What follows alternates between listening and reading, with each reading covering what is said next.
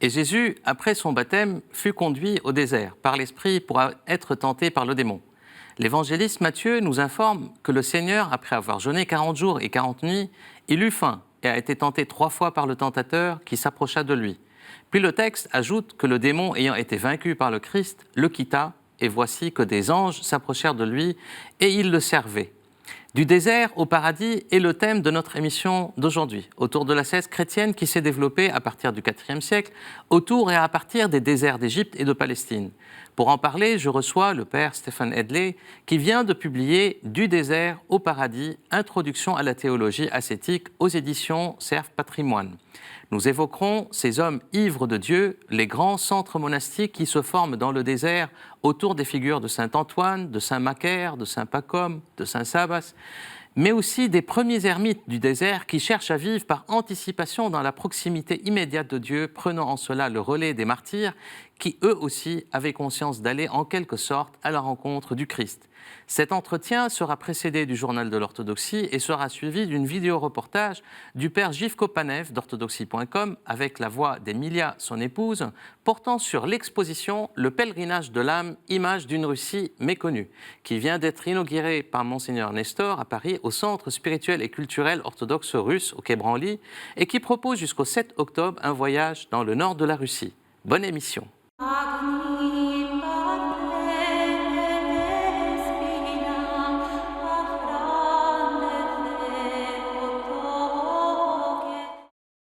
Liturgie à Paris, en la cathédrale de la Sainte Trinité, le mercredi 5 septembre, jour du saint martyr Irénée de Lyon, à l'occasion du 8e anniversaire de son sacre épiscopal, l'évêque Nestor, ordinaire du diocèse de Chersonèse.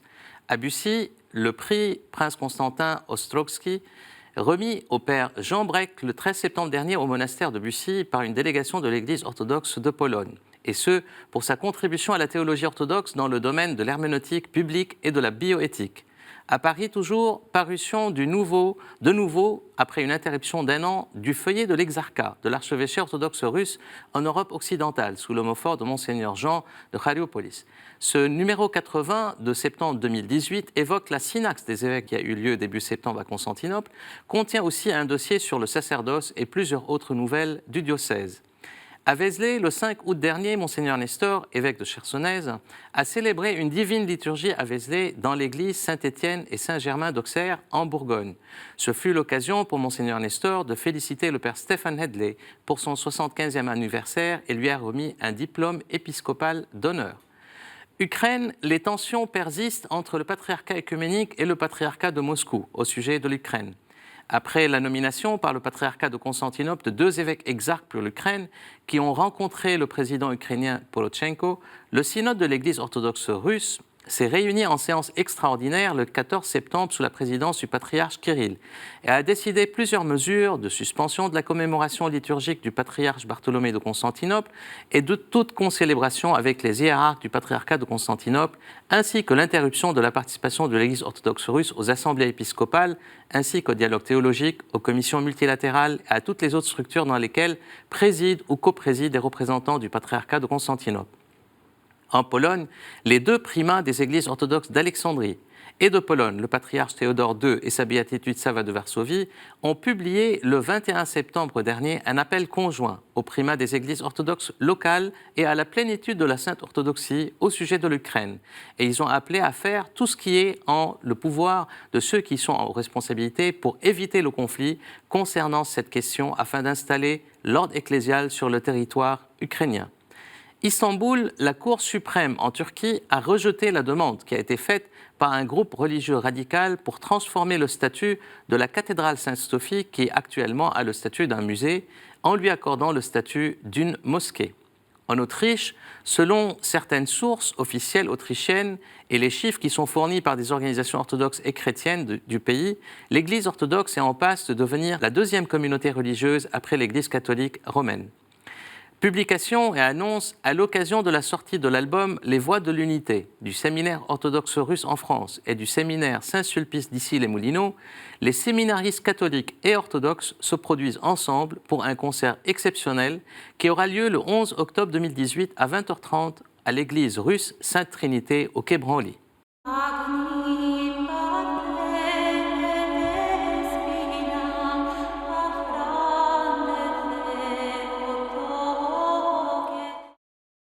Voici que je l'attirerai à moi, je la conduirai au désert et je parlerai à son cœur. Je te ferai mon épouse pour toujours, je te ferai mon épouse dans la justice et le droit, dans la bienveillance de l'amour. Prophète Osée 2, 16, 21. L'appel du désert a toujours été et demeure présent. Le désert, un lieu d'affrontement, de combat, de lutte spirituelle, un lieu d'approfondissement et de purification, une sorte de frontière extrême à l'intersection du visible et de l'invisible. Un lieu présenté parfois comme étant abyssal, mais qui n'est pas, pour les mystiques et les chercheurs de Dieu, un lieu sans visage, un lieu sans rencontre, sans promesse de noces et de réconciliation, dont parle d'ailleurs le prophète Osée. C'est pratiquement au IVe siècle que débute une longue histoire sainte de l'ascétisme chrétien à opposer par rapport à d'autres formes d'ascétisme, avec l'appel du désert et le départ pour le désert d'Égypte et de grandes figures chrétiennes fondatrices de l'ascétisme et du monachisme. Saint Antoine le Grand, le père des moines, puis Saint Macaire, puis Saint Pacôme, qui va être le futur organisateur de la vie cénobétique, puis dans le désert de Palestine de Saint Sabas. Autant de figures fondatrices de l'ascèse chrétienne qui sont au cœur du livre « Du désert au paradis, introduction à la théologie ascétique » que vient de publier aux éditions Serre Patrimoine le père Stéphane Edley, qui est recteur de la paroisse orthodoxe à Vézelay et enseignant au séminaire orthodoxe russe en France. Il a fait des études théologiques à Saint Vladimir Seminary de New York, puis à l'Institut de théologie orthodoxe Saint-Serge à Paris, mais aussi des études orientales à l'Université de Columbia, de philosophie sanskrite à l'ES et d'anthropologie sociale à la Sorbonne. Dans son ouvrage, il nous présente 15 siècles de la vie ascétique des moines chrétiens de l'Orient, avec un aperçu de leur vie spirituelle, de leurs écrits, de leurs œuvres et des lieux monastiques surtout qu'ils ont fondés au désert. Des lieux pittoresques et chargés de prières et d'histoire comme le grand monastère de Saint-Macaire à l'ouest du Caire, mais aussi le monastère Sainte-Catherine au Sinaï, une forteresse qui remonte au 5e siècle, connue pour ses icônes, ses fresques et surtout aussi sa bibliothèque qui est richement dotée, et de Saint-Sabas en Palestine, un lieu pittoresque à couper le souffle, un des lieux qui offre le ressenti profond du silence dont les moines avaient soif. Par Stéphane, bonjour. Bonjour. Alors, je voudrais qu'on commence par le désert. Alors, du désert au paradis. Pourquoi le désert et comment le désert est-il un chemin au paradis? Dans le désert, on arrive à écouter le silence, à faire solitude en soi-même. Et ce sera toujours comme ça que vous venez de le dire. Il y a 2 semaines, j'ai rencontré 2 moines de Saint-Macaire qui se trouvent à l'ouest de Caire. Et ils m'ont dit, venez partager notre silence et notre solitude. C'est le chemin de la lucidité. La difficulté de la vie nous conduit tous dans une certaine solitude, mais pas toujours dans un grand silence, car les pensées défilent dans notre tête comme un radio qui n'est jamais éteint et nous distrait. Je crois que pour atteindre la lucidité, il faut avoir une pratique qu'on peut apprendre auprès de ces pères du désert, en lisant leurs sentences, en lisant leurs œuvres, et donc le pratiquer nous-mêmes pour notre plus grande sérénité, pour avoir plus de confiance en Dieu. Mm-hmm. Et à partir du IVe siècle, donc il y a tout ce mouvement, je dirais, de sortie vers le désert. Parce que l'Église était dominée, les 3 premiers siècles, pratiquement par les persécutions. Donc à la fin de ces persécutions, quand l'Église commence à être reconnue, à vivre, je dirais, dans la cité, il y a ce grand mouvement de sortie vers le désert. Alors, il y a des grandes figures comme Saint Antoine, Saint Pacôme, Saint Macaire, qui dominent un peu cette grande tendance. Comment les choses se sont formées et quelle est la particularité de l'ascèse chrétienne? En Égypte, c'était caractérisé par une grande fraîcheur. Les moines, qui étaient souvent analphabètes, qui étaient pour la plupart coptes, des Égyptiens, ils allaient avec une grande sincérité pour pratiquer très sérieusement ce qu'on pourrait apprendre auprès d'un moine qui était leur aîné. Saint Pambo, qui était un des premiers moines, il était un jeune homme en alphabète, il a trouvé un vieillard et « donnez-moi un verset de psaume ».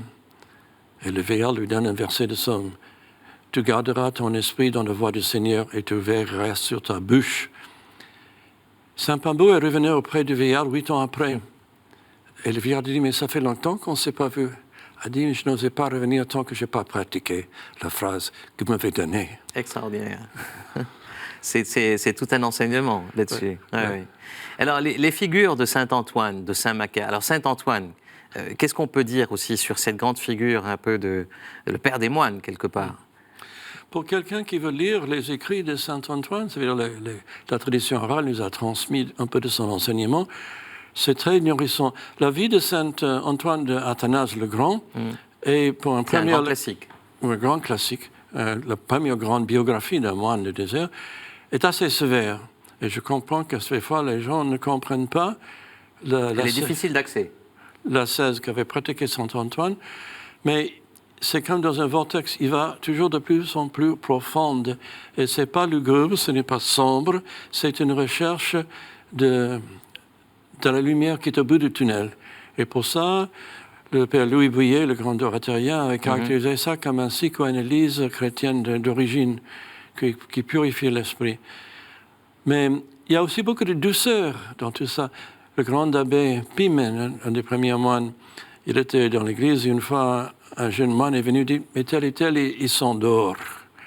Il dit « Mais quand je vois quelqu'un s'endormir, je m'assois à sa côté et je pose sa tête sur mes genoux pour qu'il se repose mieux. » C'est très beau. Donc ce n'est pas toujours violent, même s'il y a une grande sobriété. Oui, une grande douceur, comme vous dites. Et Saint Macaire, par la suite? Saint Macaire a fondé un monastère qui existe jusqu'à nos jours. Ce que quand on connaît l'histoire du Moyen-Orient... On a beaucoup parlé de ce monastère récemment, en fait, à l'occasion de cet assassinat de l'abbé. Voilà, c'est tragiquement leur père abbé, qui était vénéré et très apprécié, dans des conditions tout à fait affreuses, était tué par on ne sait pas qui à la sortie de sa cellule. On ne spécule pas sur l'assassin, mais... Non, mais que ce monastère a pu exister à travers tous les siècles. L'histoire de l'Égypte, le désert est très difficile, dangereux. Même dans les premiers 100 ans, il y a eu des attaques, et des moines tués, des monastères démolis. Ça montre qu'il y a une permanence d'expérience qui est transmise. Le mot tradition en grec, paradesis, veut dire la transmission. On transmet d'une personne à l'autre, du maître au disciple, l'expérience de Dieu. Et ça garantit la perpétuité du monastère. Alors, on sait que dans le monachisme, il y a deux façons de vivre dans le monachisme orthodoxe. Le cénobitisme, c'est-à-dire la vie en communauté, et les anachorètes, c'est-à-dire les ermites. Comment les choses ont été...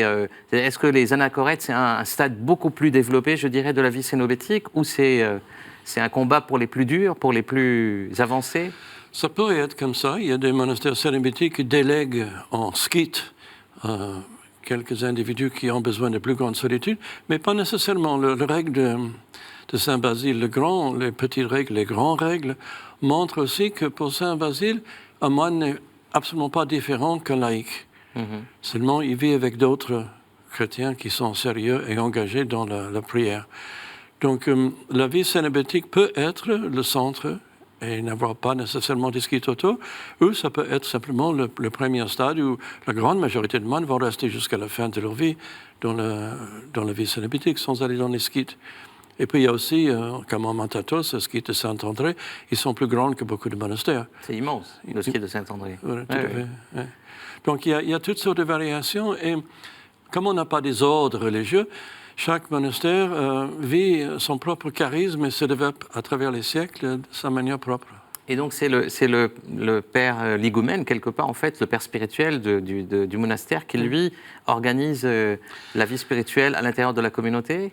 Si le père Igumène... Parce que Saint Pacôme, on dit que c'était le grand organisateur, je dirais, de la vie monastique. Il y a quand même des règles à suivre, il y a... Oui, c'est très intéressant de lire, ce n'est pas du tout ennuyant ni juridique en tant que tel, de lire les règles de Saint Pacôme. Saint Pacôme. Mais chaque monastère fait comme il entend. Le père abbé peut décider qu'il veut être l'administrateur et déléguer à d'autres moines, âgés et bien expérimentés, la direction des jeunes moines, ou il peut garder pour lui-même cette fonction. Ça lui fait un trop grand surcroît de travail souvent. Mais tous les arrangements sont possibles. Ce qui est important, c'est l'autorité. L'autorité vous est donnée. Vous ne pouvez pas prendre de l'autorité. C'est les moines qui, en vivant avec vous, en voyant votre ascèse et votre prière, ils vous donnent, ils vous reconnaissent une autorité spirituelle, ce qui leur permet de vous approcher avec une grande humilité. Donc c'est toute la différence entre autorité et pouvoir, quelque part. Voilà. C'est l'autorité est reconnue, alors le pouvoir est pris. Absolument. Oui, ce qui est une grosse différence. Comment le monachisme, en fait, parce que vous arrivez dans votre livre, en fait, à exposer un peu tous ces apophthegmes, ces écrits, ces pensées. Vous mettez aussi de votre réflexion personnelle aussi tout au long, je dirais, Samaï, tout le long de la réflexion, de la présentation des textes. Mais comment le mouvement a évolué dans l'histoire? Parce que le monachisme, quelle est la relation entre le monachisme et l'Église? Aujourd'hui, on parle beaucoup du mont Athos. Est-ce que le monachisme, c'est uniquement de la prière ou doit être aussi quelque part engagé sur des questions essentielles que vit l'Église à un instant T dans le monde? Je crois que c'est la première. L'Église s'occupe à travers leurs doyens, leurs évêques, leurs paroisses, des questions sociales. Dans les monastères, on se consacre à la transformation de soi. Et on se concentre sur la figure de Christ, parce qu'il n'y a aucune figure religieuse dans l'histoire de l'humanité qui s'est autant transfiguré, lui qui était le Fils de Dieu, le Logos, en s'incarnant.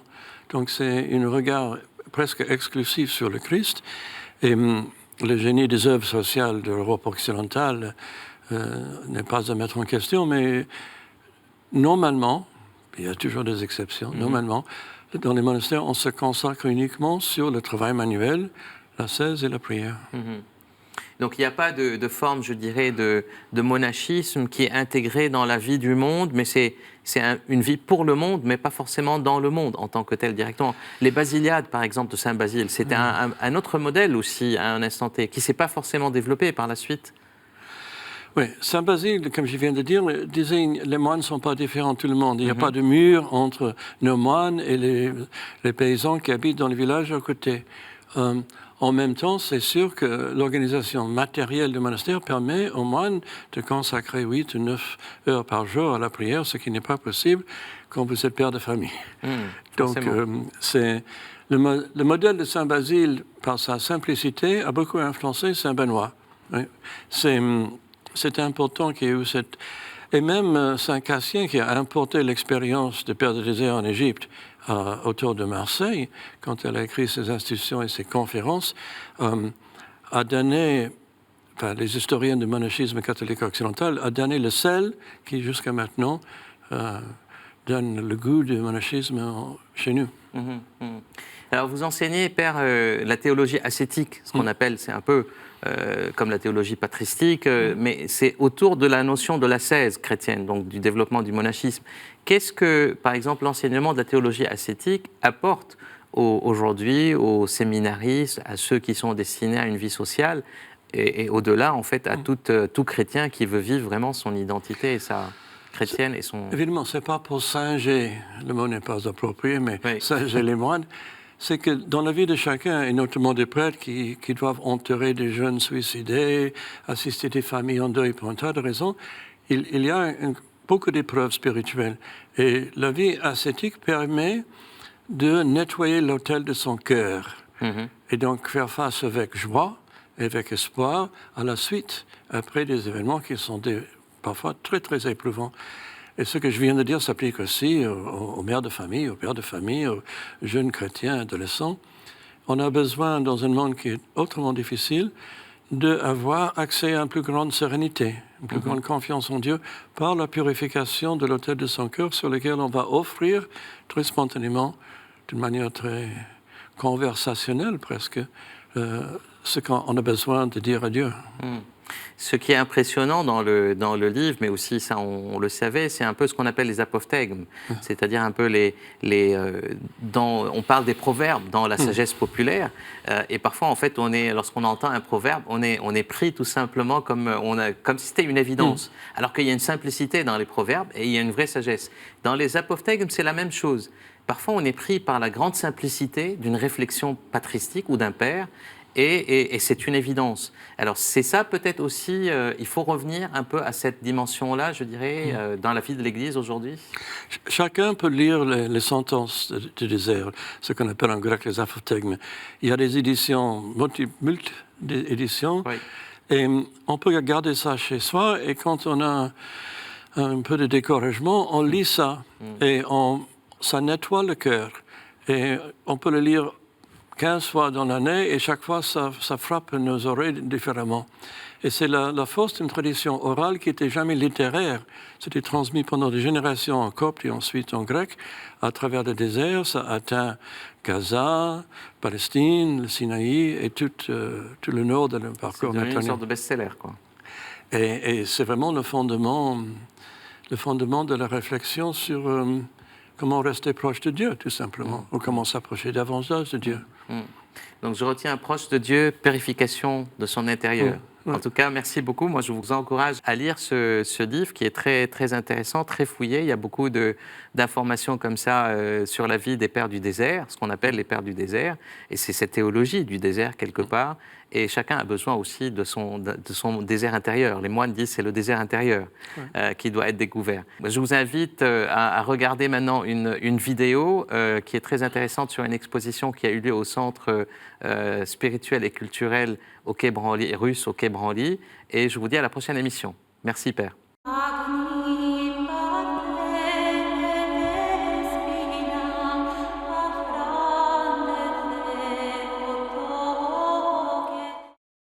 Le 11 septembre dernier, quelques jours avant les Journées européennes du patrimoine, a eu lieu le vernissage de l'exposition « Le pèlerinage de l'âme, image d'une Russie ».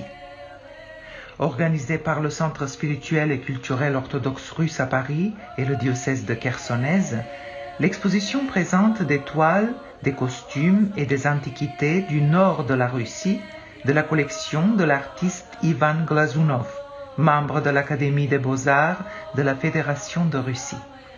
L'ambassadeur de la Fédération de Russie en France, Alexei Meshkov, dans son allocution de bienvenue, a remarqué que cette exposition permet d'appréhender le lien unissant le passé et le présent, qui nous incite à réfléchir sur l'importance de préserver les traditions et les densités culturelles des peuples dans un monde moderne globalisé.